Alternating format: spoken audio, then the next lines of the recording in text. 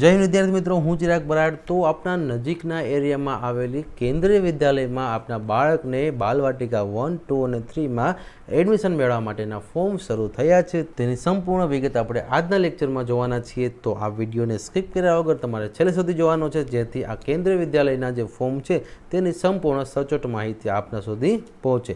તો હવે પછી જો આપણે આ લેક્ચરની શરૂઆત કરી તો હવે તમે સ્ક્રીન પર જોઈ શકો છો તેમ કેન્દ્રીય વિદ્યાલય સંગઠન એટલે કે આ નવી દિલ્હી દ્વારા તમને એડમિશન નોટિફિકેશન ફોર બાલવાટિકા એટલે કે બાલવાટિકા 2024-25ની આ એડવર્ટાઇઝ છે। તો આ એડવર્ટાઇઝમાં આપણે પહેલાં જોઈએ તો બાલવાટિકા 1 એટલે કે બાલવાટિકા 1 ઇન સિલેક્ટેડ 50 kVS એટલે કે 50 kVS બાલવાટિકા 1 માટે સિલેક્ટ છે, અને એ જ રીતે બાલવાટિકા 3 માટે ઓલ ઓવર ભારતમાં 445 kVS ઉપલબ્ધ છે। હવે એમાંથી આપણે વાત કરીએ તો admission will B done through offline mode. આના ઓફલાઈન ફોર્મ છે, ઓનલાઈન ફોર્મ નથી। તો આ ખાસ યાદ રાખજો, તમારી નજીકની કોઈ પણ કેન્દ્રીય વિદ્યાલયમાં જઈને તમે આની જાણકારી તો તમને અત્યારે મળી જ જવાની છે, પણ આગળ તમે કેન્દ્રીય વિદ્યાલયમાં જોવા માગતા હોય કે કેન્દ્રીય વિદ્યાલય કેવી હોય છે અને કેન્દ્રીય વિદ્યાલયમાં ફોર્મ ભરવા માટે તમારે ત્યાંથી ફોર્મ લેવું પડશે। તો આ બધી જ વિગત માટે તમારી નજીકની કેન્દ્રીય વિદ્યાલયની તમારે મુલાકાત લેવી। હવે જો તમે કોઈ પણ સિટીમાં રહેતા હોય, આપણે આની પછીનો વિડીયોમાં જોશું કે કેન્દ્રીય વિદ્યાલય ટોટલ આખા ગુજરાતમાં કયા કયા સિટીમાં અને કયા તાલુકામાં આવેલી છે। તો વિદ્યાર્થી મિત્રો, આ ચેનલને સબસ્ક્રાઇબ કરીને રાખો, જેથી કરી કોઈ પણ નવી અપડેટ આવે તો તમારા સુધી સૌથી પહેલાં એની જાણકારી મળતી રહે। તો ત્યાર પછી આપણે જોઈએ તો રજિસ્ટ્રેશન આના ઓફલાઈન છે। તો આ ઓફલાઈન ફોર્મ ભરવાનો સમયગાળો આપેલો છે 1 એપ્રિલ 2024 એટલે કે આ સોમવારથી ફોર્મ ભરવાના શરૂ થઈ જાય છે, અને આ ફોર્મ તમે આવતી 15 એપ્રિલ સુધીમાં ફોર્મ ભરી શકશો। એટલે કે ખાસ તારીખ યાદ રાખજો, 1/4થી લઈ અને તમે આ ફોર્મ 15 એપ્રિલ સુધીમાં આ ફોર્મ ભરી શકો છો। આ ફોર્મ ભરવા માટે તમારે ઓફલાઈન તમારી નજીકની જે કેન્દ્રીય વિદ્યાલય છે ત્યાં જવું પડશે, અને ત્યાં જ તમે ઓફલાઈન ફોર્મ ભરી શકશો। ખાસ યાદ રાખજો, આમાં ઓનલાઈન ફોર્મ નથી, ઓફલાઈન મોડ આપેલો છે। પછી જોઈએ તો આગળ એમ કીધું છે કે admission in Balvatika 2, 3 in selected 50 kVS, એમાં પણ આ 50 kVSમાં તમને કીધું છે કે will be accepted only if vacancy exist in the concern KVs એટલે કે જે કેવીસીમાં જગ્યા હશે તેમાં તમને એડમિશન આપવામાં આવશે। એટલે કે આ 50માંથી કોઈ પણ કેવીએસમાં તમને જગ્યા પ્રમાણે અહીંયા એડમિશન મળશે। હવે જોઈએ તો ઉંમર શું રહેશે, એટલે કે minimum age for admission in Balvatika 1 will be 3 years એટલે કે બાલવાટિકા 1 માટે 3 વર્ષ પૂરા હોવા જોઈએ। હવે જો અહીંયા 3 વર્ષ તમને 31/3/2024 સુધીમાં તમારા બાળકના 3 વર્ષ જો કમ્પ્લીટ થતા હોય તો તમે બાલવાટિકા 1 માટે એપ્લાય ઓફલાઈન જઈ અને તમે કરી શકો છો।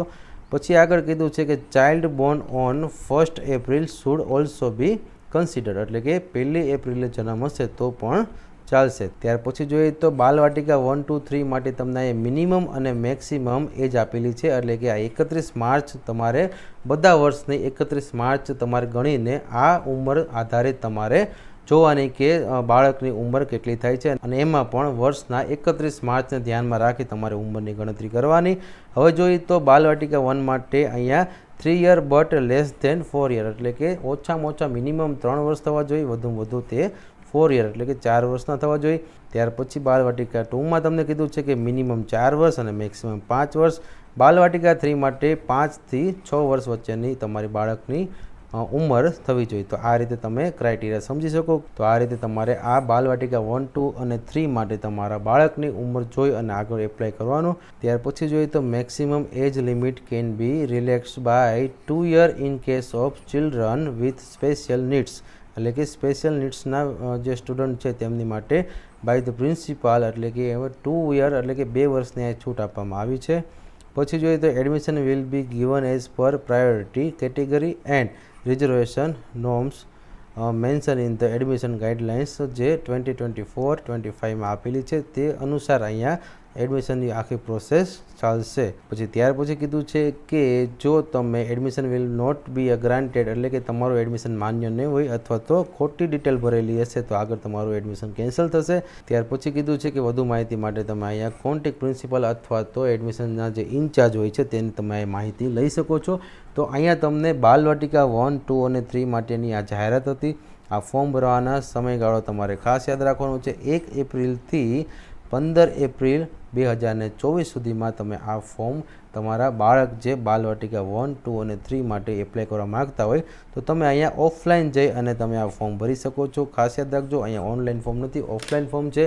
તો હવે પછીના વિડીયોમાં જોશું કે ગુજરાતમાં કયા કયા સિટીમાં કેન્દ્રીય વિદ્યાલય આવેલી છે. નવોદયની જેમ બધા જ જિલ્લામાં કેન્દ્રીય વિદ્યાલય હોતી નથી, પણ તમારા નજીકમાં જો કેન્દ્રીય વિદ્યાલય આવેલી હોય તો તમે ત્યાં જઈ અને એડમિશન લઈ શકો છો. તો આના પછીના લેક્ચરમાં જોઈએ ક્યાં કેન્દ્રીય વિદ્યાલય ક્યાં કયા શહેરમાં આવેલી છે. તો અમારા યુટ્યુબ ચેનલની બધી જ માહિતી મેળવવા માટે અત્યારે જ આ વિડીયોને લાઇક કરી દો અને ચેનલને સબસ્ક્રાઈબ કરી દો, જેથી કરી આગળની આવતી તમામ અપડેટ તમને સૌથી પહેલાં મળતી રહે. તો હવે પછીના નવા લેક્ચર સાથે ભેગા થઈ, ત્યાં સુધી જય હિન્દ, જય ભારત.